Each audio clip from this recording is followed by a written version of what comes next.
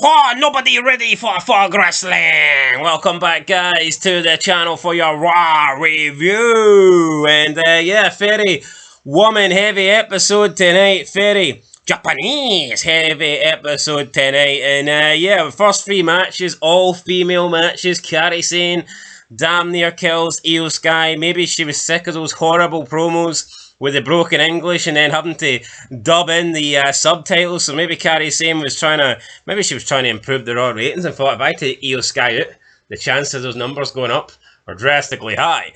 But yeah, we got the returning Roman Reigns, who nobody cares about. CM Punk returned, first time since WrestlePalooza. Nobody cared. And yeah, best match of the night probably involved Maxine Dupree, and that's when you know you've got a big problem. No, that is a major problem. But Roman Reigns, he returned last week. I'd say this is more of an appearance for the big dog. I mean, the harness has been put on him, so I would say he's back under our control at this stage. Last week he didn't really do anything, though. He just walked out with a chair. This week he had a microphone, and he got to speak about 3 words until he was interrupted by Paul Heyman. Paul Heyman, you know, gave his usual wise man stick that nobody cares about. He talked about all the family, the Samoans, and he says, you know, the one thing that never happened to Rafa or Rio, or what's his name? Sika, Sika and Rafa. Rika shite. Aye, those shitey guys. Says, those guys never left on a stretcher before. Roman Reigns, your entire career, hell, your entire life, you've never left on a stretcher before. That is until you faced Big Bronson Reed. I've got a problem with Big Bronson Reed. He's not even that big. Height-wise, I think the guy is like 5'10", 5'11". When you want to be called Big Bronson Reed, you can't be that height. Now, you could argue, yeah, but he's big in terms, yeah, but he's fat as fuck. Alright, it's not very impressive. See if someone says big Mark Henry, I'd be like, well, he's the world's strongest man. Yeah. You know, he is big. But when it comes to, this is just a fat guy. I mean, this is a guy that just spends too much time at Wingstops or Popeyes or KFC or McDonald's or whatever, you know, high-calorie fucking fast food joints you've got. Where does Samoans like to eat? Taco Bell? The Rock's backyard. I mean, well, maybe honestly, man, they've been leeching off The Rock for years. See Sika and Dika or whatever their names are, right? Like they wouldn't be relevant for The Rock. Who cares about them? Yeah, they weren't relevant in their primes, and they're only relevant now because they get to share the same family tree as The Rock. By the way, the same family tree that The Rock never brought up. See, when The Rock was relevant in WWE, he was black. He wasn't Samoan. The only family members that were talked about were The Rock's father and The Rock's grandfather. That was it. Nobody talked about The Rock being, even when like Rikishi ran over Austin for The Rock, they never really addressed. By the way, these two are family. I did it for The Rock. No, but the only 2 members of The Rock's family that they cared about was the 2 black members, the black side of the family, Peter Maivia and. What's his other one? Yeah, Rocky. Maybe the quiche, right? What was his grandfather called? Maybe the senior. Maybe the quiche let it slide that they were cousins, right? But they didn't fucking bombard us with it. And you're right, The Rock, for the majority of his career, went where he was black. All these guys have got, though, their whole gimmick, their only gimmick is, we identify as Samoan. That's it. That's all they've got. We've got tattoos. There's no characters. Here, we're Samoan. We're Samoan. We've got a bloodline. Our bloodline stretches back to the 80s and 70s. We're Samoan. That's it. The Rock didn't need to say it. Oh, I'm Samoan. The Rock didn't need to play into this shitey bloodline shite because The Rock was his own person. Rock was a star, unlike any of these guys. And I mean, who cares? Bronson Reed's gonna. Also, Roman Reigns has been stretchered out numerous times before. Yeah, I'm convinced. Paul Heyman says you've never left on a stretcher. I'm convinced that around 2017. Roman Reigns was stretchered into an ambulance, and then Braun Strowman tipped the ambulance over. Now, I could be wrong, no, but you're right. I seen images on Twitter earlier, like of him getting stretchered out arenas. So, but I'd be willing to bet that he has been stretchered out. He gets stretchered out. When 2016 Rumble, the moment you were on about, and there was another picture I seen. Yeah, I wouldn't be surprised if his feud with Triple H, if he got stretchered out at some point. I wouldn't be surprised if during all his feuds with Brock Lesnar, he got stretchered out at some point. So, But see, this is where it's ridiculous. They just lie to you. And this isn't like Kane, and then like they're referencing something that like Yankum did. So therefore, it's not the same guy. This is quite clearly the same fucking guy. Yeah, but it's also a big deal. It's like, unless Roman Reigns' title was on the line in a stretcher match, then what does it matter? Who gives a shit? If he was hell, the only people getting stretchered out was me and you having to watch this. Oh, that's after hour one, I was ready to get locked into the stretcher. Anyway, Roman Reigns brings up the family, and then he says, you didn't know my father and uncle, but that dumbass next to you did, and he's just talking shite, and then Paul Heyman basically says, this is the most dominant guy in WWE, and he's going to beat you down under in Australia in an Australian street fight. Roman Reigns says 2 words, I accept. Paul Heyman says, good night, everybody. Roman Reigns like, oh, hold up, you came out looking like tough guys, now you're walking away like a couple of bitches. Bronson Reed doesn't like this. He runs down to the ring. We get the whole fake punch bullshit, and then a couple of Superman punches, and then before you know it, 20 security guys come out to break these two up. And I mean, how many times have we seen this spot happen in the last year? Well, I think we've seen it about 15, 20 plus times in the Netflix era. It happens on SmackDown as well. It's like, when this happens once or twice, it feels big. Like when the roster separated Cena and Brock, that felt massive. And when they did it with Taker and Brock, felt big. See when they do it like every other week, it doesn't feel big. And like, how can they keep hiring these security guards? I mean, if you're a security guard, you're supposed to offer security. All these security guards just get tossed around like little fucking little kids, little children. How can they even get these jobs? Doesn't make any fucking sense. Like, for example, even like a bar or something, a nightclub. Could you imagine if a nightclub had like 10 security guys on the door, and there was 2 guys fighting inside the club, and then the 10 security guys rush over to eject them, and the 2 guys inside double-handedly batter the 10 security. I mean, the owner of the nightclub would be like, oh, hold on here, I can't pay you guys. I pay you to do security, and you 10 on 2, you can't even, eject these guys. It's like, what the fuck are these security guys doing? Every time we get this, they get battered, even when it's women. That time it was Charlotte versus Tiffany. It was fucking embarrassing. You had about 20 grown men getting tossed around left, right, and centre, and they couldn't separate 2 fucking, blonde chicks. I mean, what is going on? It's just, I've no real beef. Well, I mean, I do have a beef with the fact that they can't split it up, right? But that's just wrestling, right? If we went through it with a comb every week, man, you'd be finding everything. No, but like, my problem is we see it every week. No, yeah, but that's the problem though. We see it every week that they can't split it up. If we only seen this... No, but why are they out there? Why are they splitting it up? Oh, I agree. They shouldn't be, but... Why is Adam Pearce running about saying he needs a drink? Yeah, well, I get that as well. But, I mean, if this happened once every 5 years, and it happened with, like, the 2 top main offenders, you could accept it. Like, see if The Rock and Austin were battling, and then the security ran out, and Austin hit them with a few stunners, and The Rock put a few rock bottoms in, I'd be like, well, security were never going to beat Austin and The Rock. But it's the fact that you see security guards out here, like, every other week trying to break up fights, and they're just unable to do it. It's like, what the fuck are these dudes getting paid for? Anyway, speaking of what dudes are getting paid for, what's Rhea Ripley getting paid for? Because she wasn't here tonight, she was down under, apparently promoting this new Crown Jewel show. I guess maybe Grayson Waller was there as well.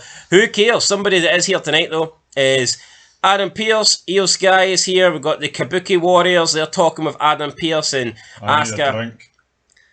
I don't want to do that. We want Iyo Sky tonight. Carrie-san. Iyo Carrie-san. So Asuka wants Iyo and Carrie-san to wrestle tonight. Carrie-san's not too sure about what's happening here. Adam Pearce like, oh, Asuka, I don't know if I can do that. I need to check if Iyo Sky wants to wrestle, and I need to check if we have enough time on the show. Right, first of all, you don't need to check dick with Iyo Sky. You're the GM. If you want the match, you can make it. If you don't, then you don't. Checking the time of the show, Triple H said that Netflix, the good thing about Netflix is they can run as long as they want.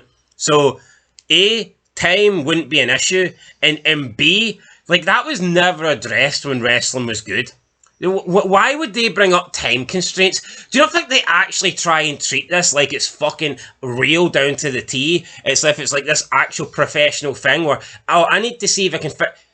How about just make the thing feel authentic? We don't need to know about the running time of the show. It's almost like they continuously try and break it. Oh, well, you know, we've already booked the show and this match is going to go 14 minutes and then this promo's going to go 7. We don't know if we can fit it. Like, when have you ever heard that back in the day? Even when you had heel GMs or the chairman of the board, McMahon, there would be reasons for them, like McMahon not giving Austin a match or whatever, or a GM trying to screw somebody. The reason was never, oh, we're not going to have time. It would be, oh, the people of this arena don't deserve this match, or you know, or you have to earn that match. When was it ever, oh, I need to look at the time and see if we can fit it in? It's professional fucking wrestling. Why are you telling the audience about we might be running a wee bit short? Who gives a shit about that? No, here wasn't the only example tonight. What was the one later on? Roman Reigns we'll get to, but again, this... No, but man, what next? Are we going to watch a movie and someone's like, oh, I would like to fight you, but I don't know if I've got enough time, because if I fight you, it might go over the runtime of the movie. I mean, come on, what the fuck are we doing They never did it back in the day. Never. And now, more than ever, they just break all these wee... But this is Triple H, well, I'll give you... We're peeling back the curtain, but we're not giving you everything. Aye, you are. That's what it is, peeling back the curtain. Aye, the curtain is shite to Triple H's dome. I wish all these wrestlers would just go behind the curtain and stay there. No, but see Adam Pearce, see this whole I need a drink, they could do something into it. They could turn him into an alcoholic, but that's too edgy. Yeah, so Asuka then kind of shouts in Japanese, and Adam Pearce, he's done. So we've seen Adam Pearce for the first time, and we get 90 seconds of him here. And because Asuka spoke some Japanese, Adam Pearce is done. He can't handle it. He wants a... I mean, at this rate, you're right. Adam Pearce would be an alcoholic. See how easily this guy turns to the drink? He should be... That should be his gimmick. Look how much they like fucking promoting shit. Oh, Fireball whiskey. Why not promote it with Adam Pearce? Why not actually have him fucking drink alcohol if they want to promote something so much? Because he says it every week. Oh, I need a drink. But guess what? You never actually see the guy drinking. No. But you're right, that'd be a cool story. Well, maybe not cool, but it would be something different. Well, what if Adam Pearce actually, was a man of his word and went, I need a drink, and then maybe you seen him later on and progressively throughout the night or something, he was getting more drunk, and then maybe you seen a superstar that was like, touting on him. A heel, reporting him to the... I mean, who is he? Who is above? No, but see, wrestling, you always knew McMahon was the... You had the GMs, but you always knew McMahon could show up and be like, Eric Bischoff, you're... Who does Adam Pearce speak to? Oh, the board of directors. An imaginary fucking board of directors that don't exist. But yeah, they could give you something cool with Adam Pearce actually being an alcoholic and maybe go a story or something like that, but it's wrestling. 2025, we don't do stories.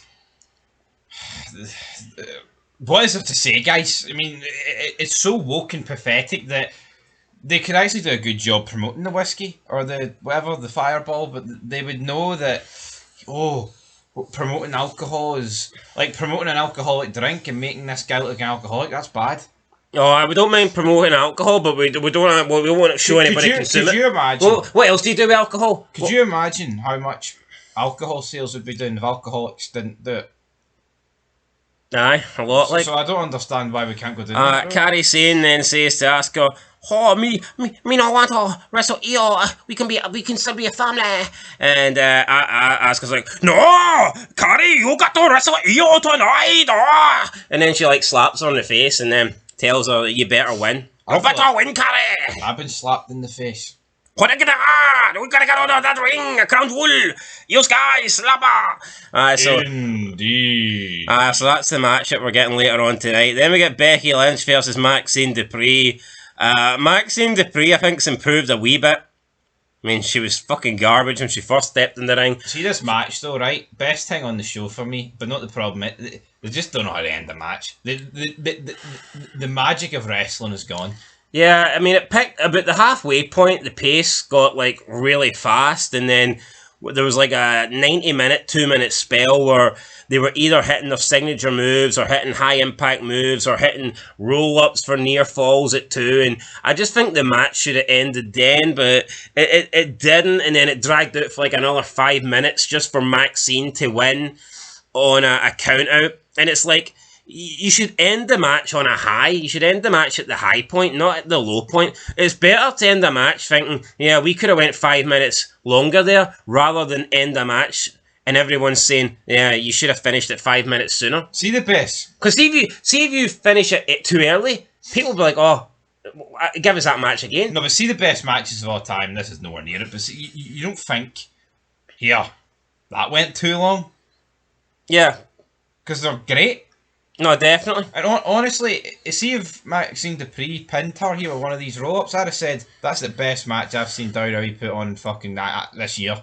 Yeah, and also it's like, I mean, this is a mid-card belt, and I don't know if the title was on the line. Maxine seemed too happy to win by count-out, so maybe it wasn't, but at the end of the day, it's like, weren't these mid-card belts supposed to be to try and elevate women up the card and to give women that weren't in the main event scene title opportunities to go after? Also, they've done that on SmackDown, but on Raw, it's like, it's just been the Becky Lynch show. I know Lyra won it, but I mean, I wouldn't be surprised if Lyra won it just so she could feud with Becky Lynch. See when wrestling was good, see when the mid-card champions wrestled a singles match on TV, it was a title match 9 times out of 10.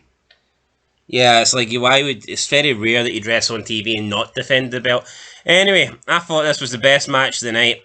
Then we got Roman Reigns. He's talking with the Usos backstage. Jay and Jimmy are both sucking up to him. Oh, we'll help you. We'll help you. We'll help you. I don't need your help. Roman Reigns basically says to Jay, I don't want your help. Roman says to Jimmy, I hear you. I see you.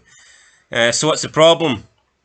And he basically, I think Roman here tries to create a little bit of tension between Jay and Jimmy.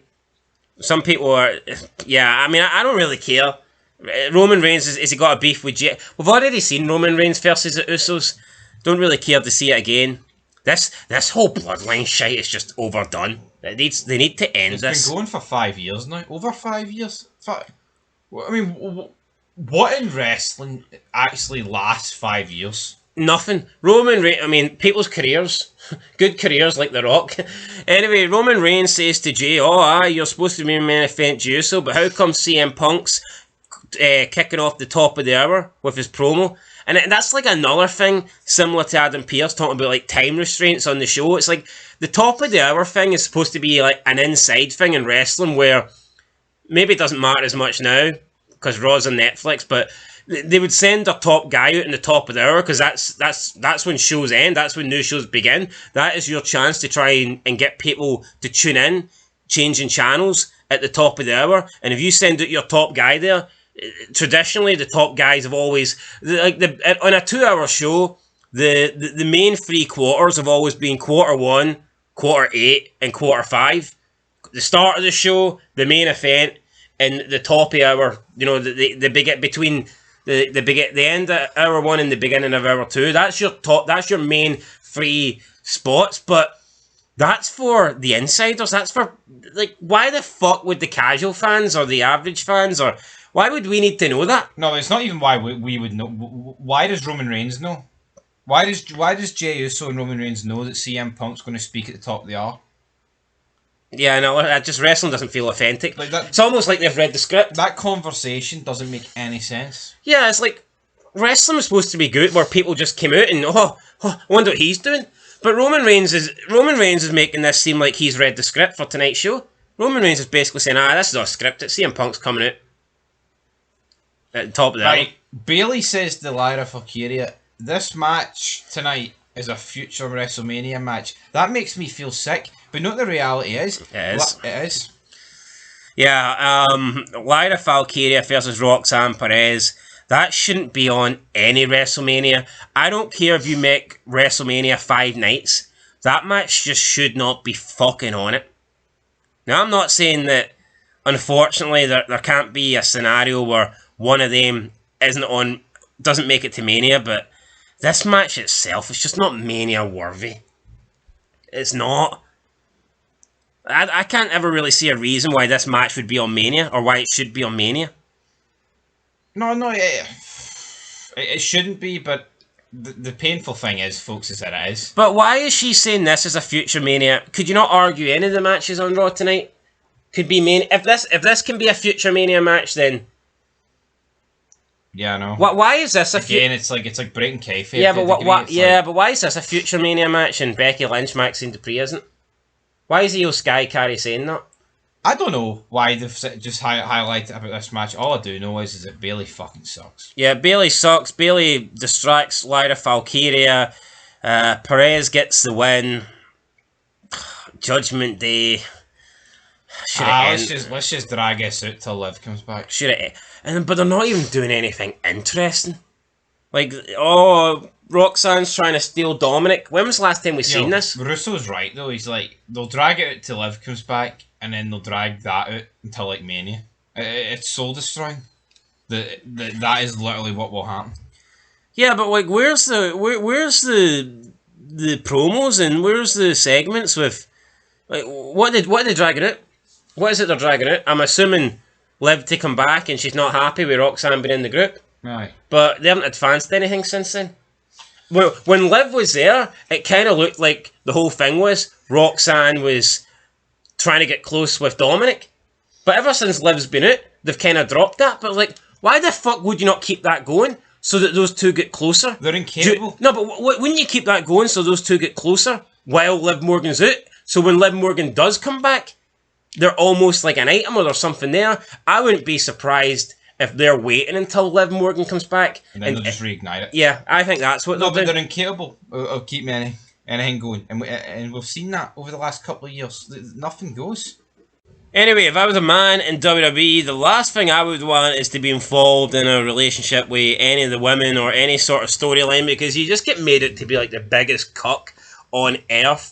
I mean, whether it's CM Punk and Seth Rollins, or whether it's Dominic Mysterio and his chicken nuggies, or even if it's just Akira Tozawa who was minding his own business and getting punched in the face, it's like, if you're a man in wrestling and you're around a woman, even if it's like just part of a group or a segment or a promo or a match, 9 times out of 10 you're going to come out looking like an absolute pussy. A man. When was the last time a man came across as strong against a woman? Well, we watched Tess basically bully around Trish Stratus earlier. That was 22 years ago. Point is, in 2025, it doesn't happen, right? It won't happen, and it kills the product, man. But it's weird, isn't it? It's like, oh, you can't even have a man like aggressively or sternly like shout at a woman or say anything. But that's considered, oh no, he can't be doing that. That's violent. That's misogyny. But you can have the women beat up the men, and that's fine. Like, the double standards are absolutely insane. Yep. Now, when was the last time a man actually spoke to a woman and like it was pretty aggressive? Doesn't happen.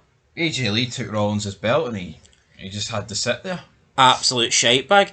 Anyway, we got a John Cena AJ Styles video package. Then we get Jackie Redmond doing an interview with AJ, how he's preparing for the John Cena match.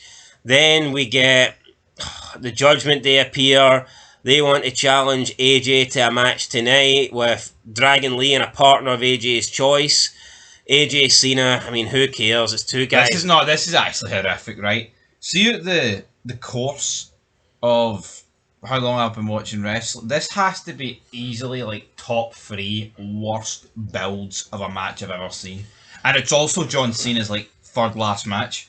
Well, Cena Brock wasn't much better either, was it? No, but at least what you could say is like Brock came back and attacked him and then was like calling him out, right? And then like attacking his friends, like R-Truth and shit. Yeah. What the fuck's this? This is simply, we're going to put on a good match. We put on a good match also, 10 years ago, so we'll do it again. And also, another thing about this, the women start brawling, and the noise that the shutters make startle Dragon Lee, AJ Styles, and Penta. That tells you where you are.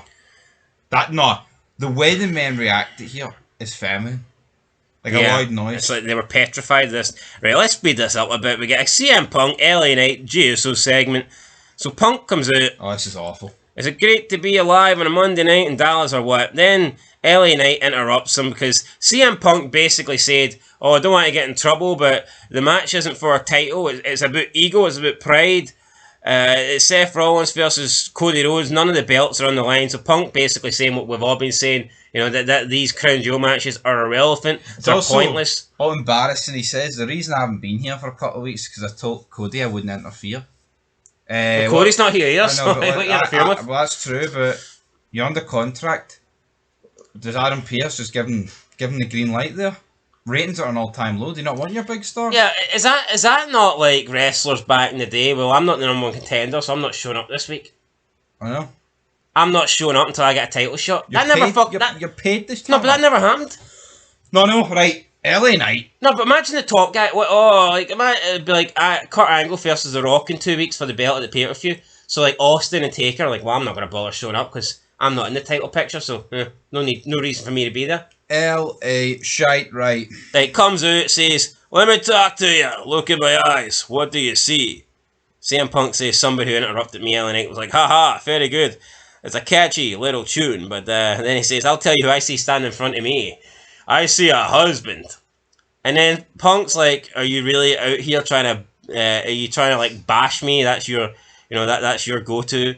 Trying to run me down, try and use that as an insult. And then LA Knight, it almost seems like he backtracked here. Yeah. No, he did. When he should have stuck to his guns. Like, this is just utterly embarrassing, though, because... But he should have. He said no. Punk, right? Punk is actually wearing the fact that he's a husband as a badge of honour. Mate, you're going for the world title. That should be like no, forget about that. When was Austin's proudest moment? Oh, I don't want the world title. I'm not the biggest star in this company. I'm Deborah's wife. I'm Deborah's husband. Yeah. Never. No, CM Punk, see that arena, right? No, some of them might be losers, but most of them could be husbands. Jobbers. Anyone could be a husband. Not anyone should be able to be world champion. Yeah. So LA Knight, I think, was right to use that as an insult. But then he goes off the fucking rails, guys. He starts talking about how more important it is that he's never lost to Rollins than it is to have a world championship. He's just setting himself up for failure. What was it he said? He said something. What was it he said? He was like, I've never ever been pinned by Seth Rollins. And then CM Punk went, well, you've never ever been world champion. It's like, well, you set yourself up there. Yeah, I mean, Zach Gowen's never lost to the Big Show as far as I'm aware. Yeah, but didn't exactly win a world title though, did he? It's like, how can your flex be, right? Like how can your flex be you've never been pinned by Seth Rollins? The same guy that's like 0-3 against Cody Rhodes. Yeah, and the same guy that loses every match. And it just didn't. Like, what was the whole point of him bringing up the husband if it wasn't an insult? Maybe, yeah. It's like he didn't even go down the route of, here, you've been too busy being a husband and focusing on trying to get the world title, which wouldn't be too much of a dig, but it's still kind of a dig. But I genuinely believe he was going to bury Punk, and then the crowd reaction turned him, and then Punk also brought it up, like, oh, you're gonna have a go at me for that? Weird. And then the Usos come out, and it's like he starts running down the Usos, and it's like, oh, you haven't been a very good tag team going for the. It's like the Usos could turn around and say, mate, we've won loads of tag team belts. As much as we don't like them, the Usos over the past 15 years are probably the most decorated tag team in WWE. Yeah, I mean up there with the nudie, aren't they? How can LA Knight bury them? I don't know. And then, no, seriously though, this would be like back in the day, man. Right? This would be like someone like fucking Steve Blackman burying the Dudleys and Stone Cold. Yeah, it just wouldn't really work, would it? And I'm not saying LA Knight is that far down the card compared to these four, but in terms of his accomplishments, he is. Can we all agree though that the four from that era are better than the four from this era? Yes, we'll agree with that. But I think LA Knight, and then he just got super kicked, and he got kicked outside like a pile of dirt. He tells Jay to stick to the tag team titles because if he can't make it as a world champion because he's not Roman enough. So then he gets super kicked by Jay. Then Punk starts talking, and then he says, you know what, the one thing I agree with is you shouldn't come after the world title picture, get in line, and that line is behind me because I love Jay Uso, but I don't like little Roman. And then this seems to piss off Jay, and the Usos end up getting the drop on CM Punk. So there we go. CM Punk's left out there. LA Knight's left out there. The Usos walk away high, standing tall. So there you go. Are you not sick though of Jay Uso, CM Punk, LA Knight, the Braun, Sami Zayn? Same old shite every week, even though Sami Zayn's a SmackDown guy. Yeah, but he was a part of this a couple of months ago. It's tiresome. Who structured this show, right? So 3 one-on-one women matches and then 2 back-to-back men's tag team matches. Yeah, up next we've got an Iyo Sky promo. Oh, not real valid. Oh, yeah, you don't be a family. Whatever. Cut some fucking promo with subtitles. Right, Carrie saying there kills Iyo Sky. Aye, right. First time in 8 years these two have wrestled, and who cares? Probably be the last time in 8 years I think these two will wrestle. I don't think they'll want to wrestle again. Not that the match was bad, but when you damn near kill someone, it is bad, isn't it? I mean, let's be honest. No, yo. I think this is worse than that Kyle Fletcher, Adam Cole one. Aye, because Cole didn't really. To me, it's not conclusive that he actually hit it. This is like, I mean, yo, but earlier this year I cracked the back of my head off like a table, like a kitchen unit, right? And I swung back pretty hard. But this, you're talking like your full body weight coming down here. Yeah, now people will defend us. Oh no, these wrestlers are safe. It wasn't as bad as AEW. Oh, she didn't hit the back of her head. She used the back of your shoulders or the back of your neck or whatever. Was it though? No, I thought it was the back of your head. But let's even give them it was the back of the head. But let's give them the benefit of the doubt and say, oh no, she landed on her shoulders, right? You're away for death. You're supposed to take flat back bumps with your shoulders. How the fuck can you take a flat back maneuver on your shoulders on that ring apron that is like fucking the corner ring apron, and that's the hardest part of the ring? Doesn't make any fucking sense. It was a horrible maneuver, a pointless maneuver. If it was a grudge match, I mean, at least you could maybe go, well, understand why they tried to do that. But these two are supposed to be liking each other, and Asuka's the one that is fighting against their will. Yeah, and you do a move that could kill someone. Yeah, I mean, this is a move, right? Insanity. This is a move that Triple H would do against Shawn Michaels at like SummerSlam 2002. When he's trying to end his career. When he's already fired him through the fucking car window. Yeah, when he's trying to end his career. But tonight, Carrie Sane tried to end Iyo Sky's career for what? No, but yo, it's not even an exaggeration, right? She is inches or landing a slightly different way if you're like paralysed. Yeah, and it was a sickening FUD as well. Shocking maneuver. But they're lucky that they don't weigh anything. Yeah, because if there's any extra weight if coming Roman Reigns does this to like Bronson Reed, it's probably a different outcome. Yeah. Anyway, Carrie Sane wins. Distraction for Asuka. Then we got the history of Cody Rhodes and Seth Rollins Part 2. It showed you them being allies. I mean, Jesus fucking Christ. This was Seth Rollins talking about Cody being the quarterback. They talk about being the future. No, not the funny thing. These are 40 years old. These aren't the future. See when Tom Brady, right, a couple of years ago was playing for the Tampa Bay Buccaneers, no one billed him as the future. No, he was a guy that was past it, just didn't want to retire. Like, these guys are acting like they're Patrick Mahomes like 5 years ago. And when it was the future, still is, but... And when Tom Brady went to Tampa Bay, everybody thought he was done. And to his credit, he still went and won a Super Bowl. Tom Brady is John Cena. Aye. But John Cena's only like 5 years older than these guys. Yeah, but only certain guys really deserve to be wrestling into their 40s. For you to be wrestling into your 40s, you should be like an all-time legend. And there's a reason for you to stick around. Like, see the shite quarterbacks, they don't stick around to their 40s because they're replaced. Yeah. If you're a quarterback and you make it to your 40s, you need to be very good. Like Aaron Rodgers, currently like 41, 42, still around because he's a fucking good quarterback. See these shite quarterbacks like Trevor Lawrence, he'll not be playing football when he's 40. He'll be long gone because he'll be replaced. These two should have been replaced, but nah, they're still going. They're still there. We then go to the Fission's locker room, and the Fission just seems like two separate groups now, doesn't it? It seems like the Bronze, and then you've got Becky and Seth Rollins. It doesn't seem like this 4-person unit, and I think the split has been ever since Becky got added to it. Yep. Probably because they're trying to avoid as much confrontation between them as possible. Because essentially what you've got here is Paul Heyman saying, here, if you don't win, then I'm going to be wondering why I chose Roman Reigns, or I chose you over Roman Reigns. Yeah, maybe they're trying their best not... You know what it is? They probably don't want the big Bronson Reed and Breaker and Paul Heyman to come across as like weak and they're unable to book Yep. men and women together, because if they do have the 5 of them cutting segments together, or there's a little bit of a needle in there, then it's all the way they book it is always going to come out with Becky Lynch on top. And Becky Lynch running down the others, and maybe they think, well, hold on, if we have Becky Lynch berating Bronson Reed, will anybody buy him as a credible threat when he takes on Roman? I don't know.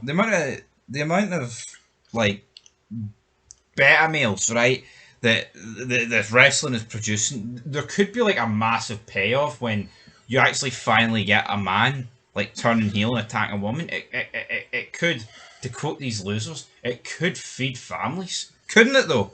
Because well, not feed families. Wouldn't it feed Bronson Reed's family? No, but you understand what I mean. You need a fucking shitload to feed that. See Becky Lynch. See after all the slaps, right, and Punk looking like a little bitch. See if he just fucking picked her up and hit a fucking GTS on her, man, and then like wrapped a chair around her skull. That would probably get like a massive pop. But there's never going to be a payoff to this. No. You're right. They simply just avoid her for like the other like fucking 3 people in the group. Yeah, because they don't know how to book it. I think it's the worst thing they ever done. Then basically Heyman says, if you lose to Cody, then I'm done, because why did I pick you over Roman Reigns? But the match doesn't make. This is their way of trying to make the match feel. It's almost like they added this because Punk earlier buried it. Yeah, there's nothing on the line, sure.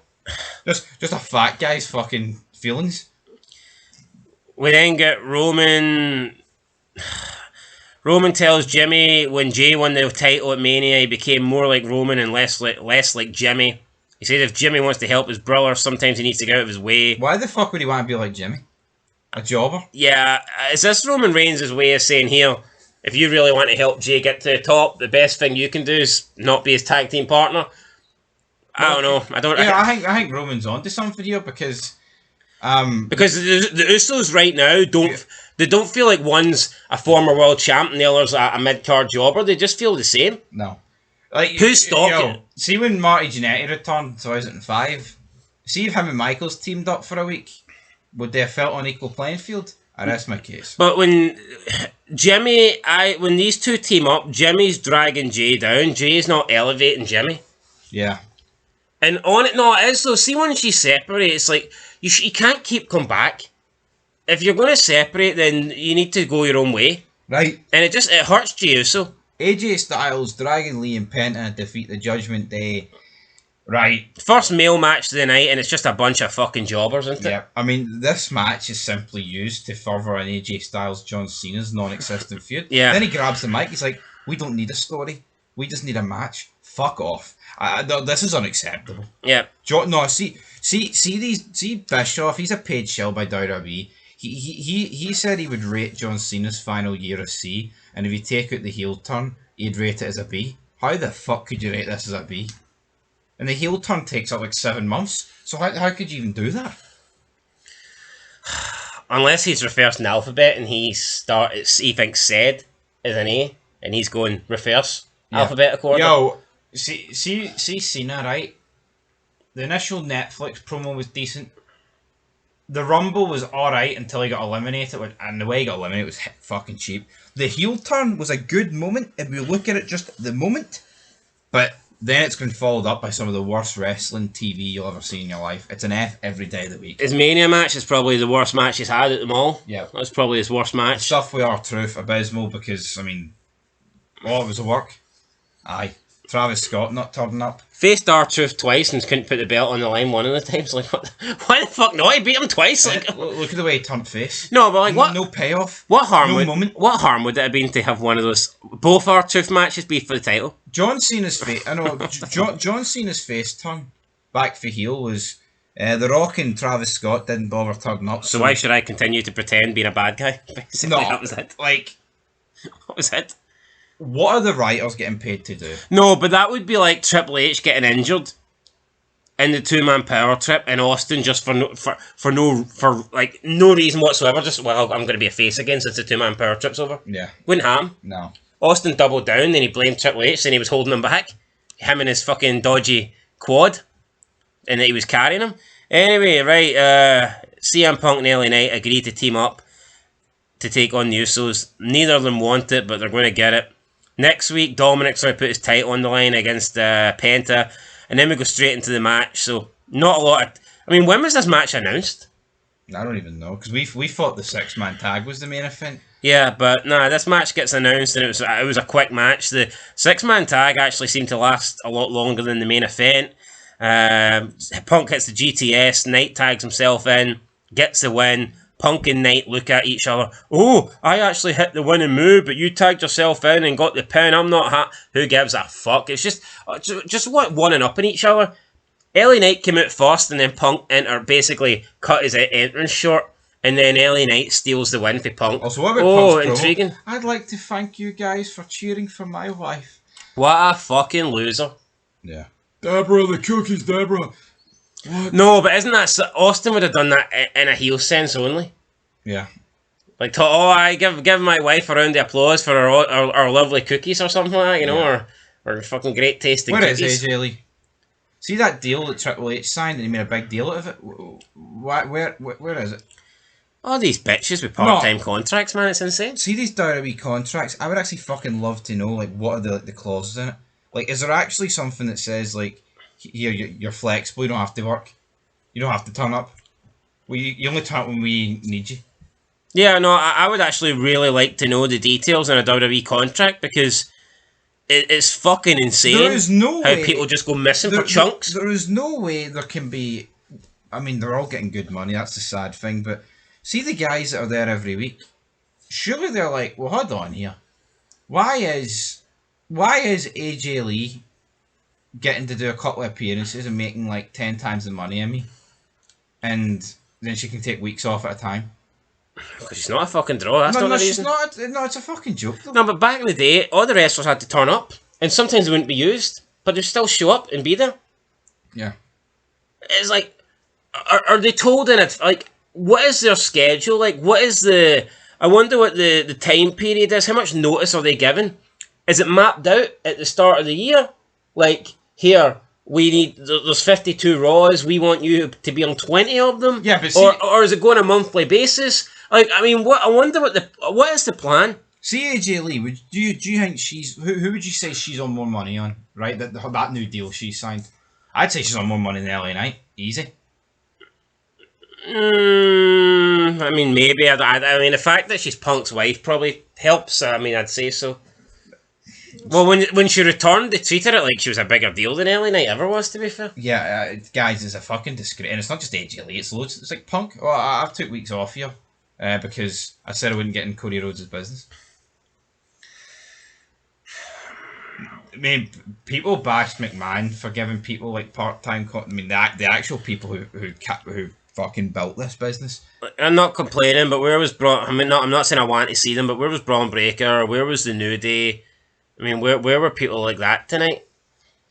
They just randomly don't show up. People just take weeks off. Sheamus? When was the last time we seen Sheamus? We saw Rusev backstage arguing with Pearce. Then he came out and chased Dominic away, but when was the last time we seen Rusev? Sheamus, sorry? I don't know.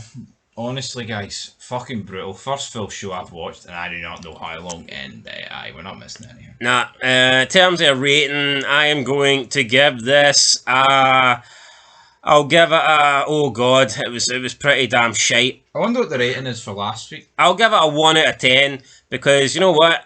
I actually think the best promo of the night was cut by Asuka, and I thought the best match involved Maxine Dupree.